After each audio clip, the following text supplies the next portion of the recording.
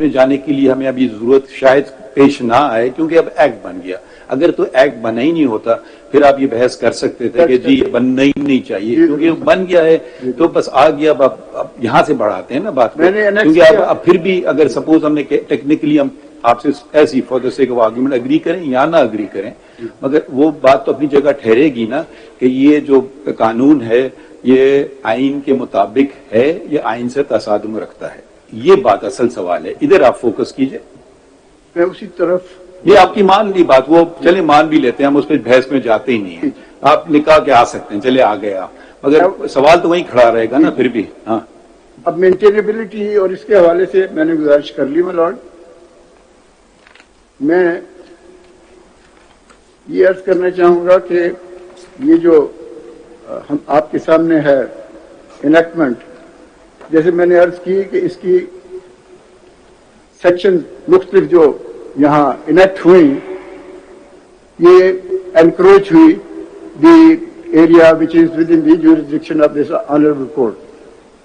ٹرائیکاٹمی جو ہے that is been as a matter of fact negated.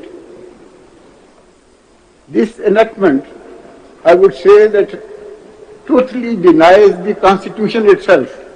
Very respectfully I'll submit. Because when one limb of the state, that is out of the three, the executive, parliament and the judiciary, when the judiciary is being somehow, as I said, very respectfully, when it will be bulldozed by enactment, which is on record on the statute book at the moment, I must say the very law would be wide and unconstitutional, and your lordship would have jurisdiction to look into its constitutionality, because at times it is said, and certain objections are raised, that the constitutional amendments may be not agitatable before the Honorable Supreme Court. My submission is definitely when there is a wide law, unconstitutional, very fundamentally, it would be within the authority of this August Court to look into it and to declare ultra vires or otherwise. So I'll be just for your یہ دے دیجیے. مگر شاید یہ بات صحیح نہیں ہے جو آپ نے کہی, کیونکہ ڈسٹرکٹ بار ایسوسیشن راولپنڈی کا جو کیس تھا وہاں کانسٹیٹیوشنل امینڈمنٹ بھی اس کو دیکھا گیا اور کہا کہ یہ عدالت کانسٹیٹیوشنل امینڈمنٹ بھی دیکھ سکتی ہے. تو اگر آپ یہ دلائل دے رہے ہیں کہ قانونی طور پہ تو یہ نہیں کر سکتے, آئین کو ترمیم کر کے یہ کام کر سکتے ہیں, تو پھر وہ فیصلہ آپ کے راستے میں آئے گا.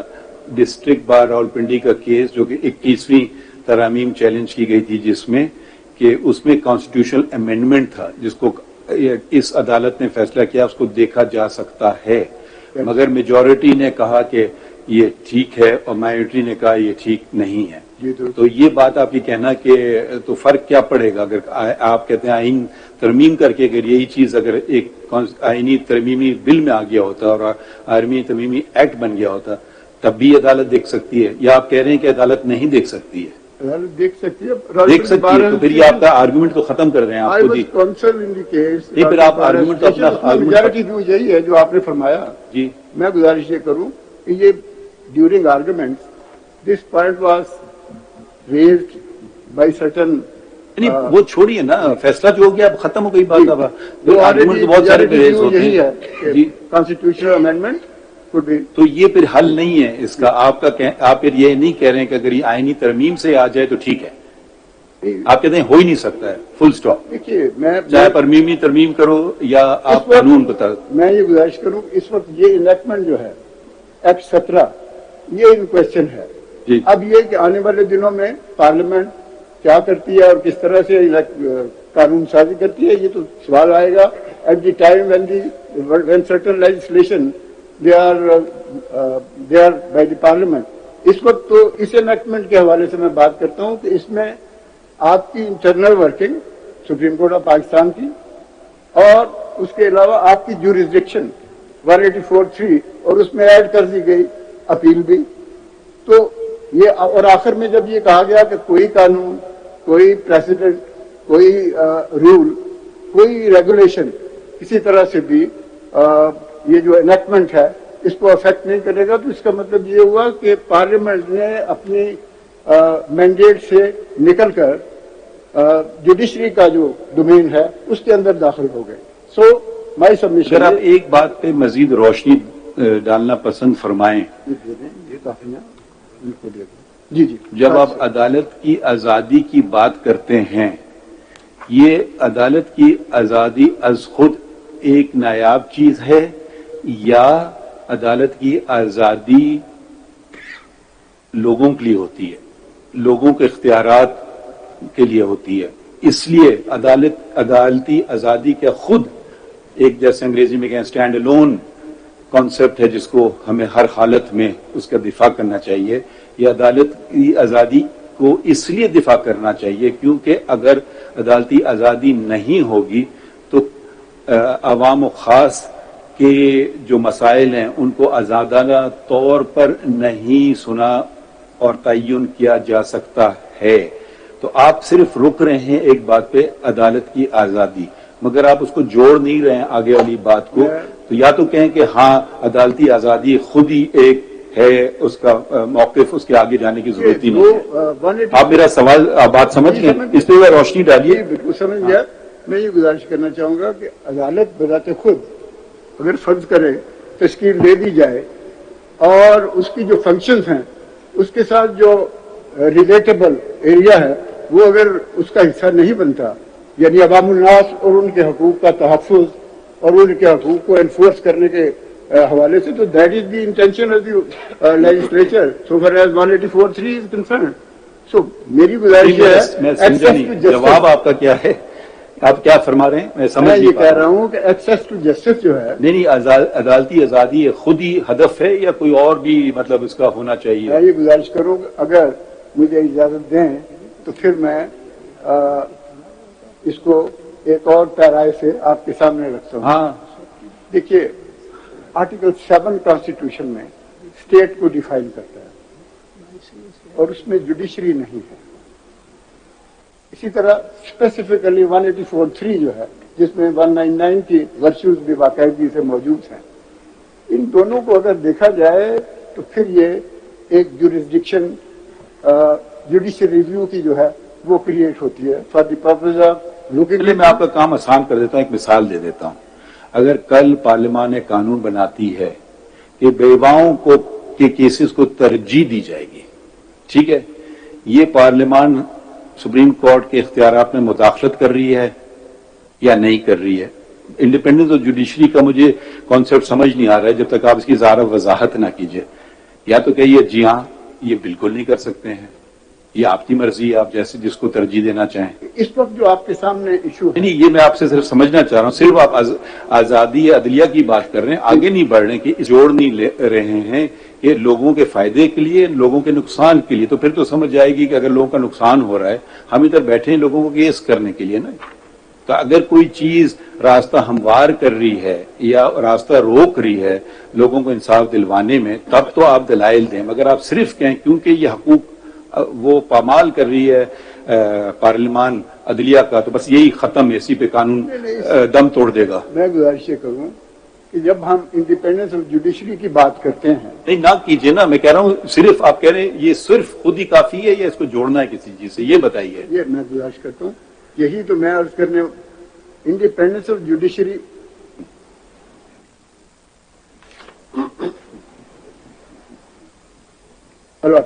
انڈیپینڈنس آف جوڈیشری میرے ساتھی نے مجھے روک لیا، میرے ساتھی نے مجھے روک لیا. یہ ساری باتیں ہو چکی ہیں پہلے طارق صاحب کے ہوتے ہوئے، یہ ساری ڈسکس کر چکے ہیں، ان سے ہم نے کوشچن پوچھ لیے، ان سے جواب آ بھی جائیں گے. آپ اپنی جو پٹیشن ہے 20 اس کے حوالے سے آپ نے بتا دیا کہ فلاں فلاں فلاں جو یہ سیکشنز ہیں یہ ایکٹا واریز، یہی کہہ رہے ہیں نا؟ جی جی. اس کے بارے میں کچھ بتائیے اپنی پٹیشن کے حوالے سے. ابھی جوابات کی طرف نہ جائیے کہ آپ نے یہ کوشچن پوچھا تھا میں اس کا جواب اس کو چھوڑ دیجیے, وہ جواب وہ دیں گے تو دیکھ لیں گے. آپ اپنی جو petition for the first time you are arguing before اس, اس کے بارے میں بات کر لیجیے بس. ٹھیک ہے, میں یہ گزارش کروں کہ بنیادی طور پر جو سوالات جو پوائنٹس میں نے ایجیٹیٹ کیے ہیں اور جو سبمیشن کا حصہ ہی ہیں, اگر اجازت دیں تو یہ میں نے اس کو مختلف جو اس کے ڈپارٹمنٹس یا کمپارٹمنٹس ہیں اس میں رکھا اور بات کر کے اس کے بعد میں اجازت چاہوں گا کپل آف پیراز فرام اے کے بروہیز بک دا کانسٹیٹیوشن, اس کے مختلف حوالوں سے امینڈمنٹ کے حوالے سے انہوں نے کیا کہا. I be just making a submission on that. Judgments my lord, if your lordship میں جسٹ پرمٹ میں 2A کے حوالے سے بیسک فیچرز جو کانسٹیٹیوشن میں ہیں, جو آبجیکٹو ریزولوشن بنیادی طور پہ یہ اب کانسٹیٹیوشن کا سبسٹینٹو پارٹ بن چکا, وہ بیسک فیچرز جو ہیں اس میں سارے departments including the fundamental rights of the citizen, یہ سارا, اور یہ اس سلسلے میں PLD 1992 سپریم کورٹ 595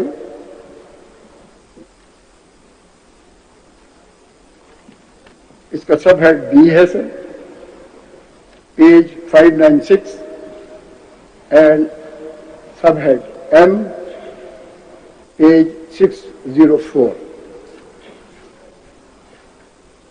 اور اس کے بعد 2015 سپریم کورٹ منتھلی ریویو 1739 اس کا سب ہیڈ جو ہے ڈی ہے. یہ آبجیکٹو ریزولوشن کے ساتھ لیجسلیٹو کمپیٹنس پہ میں نے آرٹیکل 239 کا حوالہ دیا کہ یہ بار کرتا ہے ایسی لیجسلیشن جو کانسٹیٹیوشن کے اسپرٹ اور اس کے فنڈامنٹلز کے خلاف ہو, as I submitted to lord. Independence of judiciary پہ میں نے جو ججمنٹس دیکھی آپ کی اجازت سے, PLD 2015 سپریم کورٹ 401 آلریڈی میں نے مینشن کر دی, 2000 supreme court monthly review 751, then PLD 1994 supreme court 105, and PLD 2000 supreme court 869. Item 55 جو حصہ ہے کانسٹیٹیوشن کا 4th شیڈیول میں, لارڈ شیڈیول کا حصہ ہے فیڈرل لسٹ کا, لیجسلیٹو لسٹ کا. آئٹم 55 جہاں enlargement of jurisdiction of supreme court واضح طور پہ تذکرہ ہے, لیکن یہ جو انیکٹمنٹ ہے اس نے سپریم کورٹ کے میں یہ کہوں گا کہ مکمل طور پر سلب کیے ہیں اختیارات اور اس کو اپنی گرداب میں لے لیا ہے, which is not permitted by the constitution in any manner. Parliamentary sovereignty پہ میں گزارش کرنا چاہوں گا. PLD 2015 سپریم کورٹ 401 آلریڈی میں نے مینشن کیا, اس کا سب ہیڈ او ہے پیج 409 پہ, اور سب ہیڈ آر ہے پیج 412 پہ.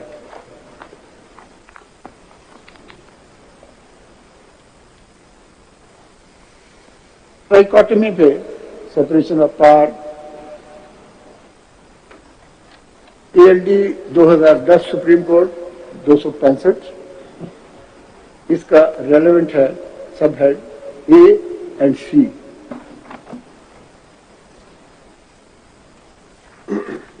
ایکسیس ٹو جسٹس پہ PLD 2012 Supreme Court sub head C page 1202. Page کون سا بتا رہے ہیں؟ PLD